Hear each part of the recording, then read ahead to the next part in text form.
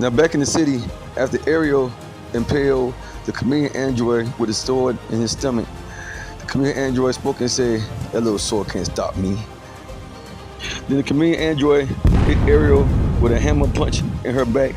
Then he kicked her in the chest, sending her flying towards the building. And once Ariel hit the building, the chameleon android lifted up both of his hands. He charged 2 fireballs, and he spoke and said, "It's time to end this." Then all of a sudden, the goddess Patricia started floating back up in the sky, and she spoke and said, "Stay away from her and leave her alone."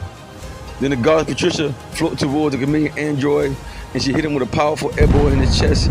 Then she hit him with a roundhouse kick, sending him flying towards the goddess destruction. And once the chameleon android landed by the goddess destruction, the goddess destruction looked down at him and said, "Do you need my help?" Then the chameleon android spoke and said, "No, I got them exactly where I want them at."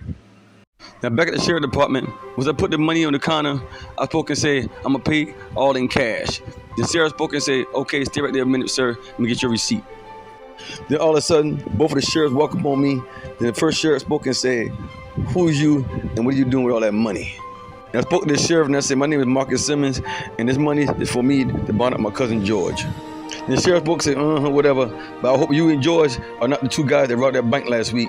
Then I looked back at the sheriff and I spoke and said, "Man, what are you talking about? Ain't nobody robbing no bank."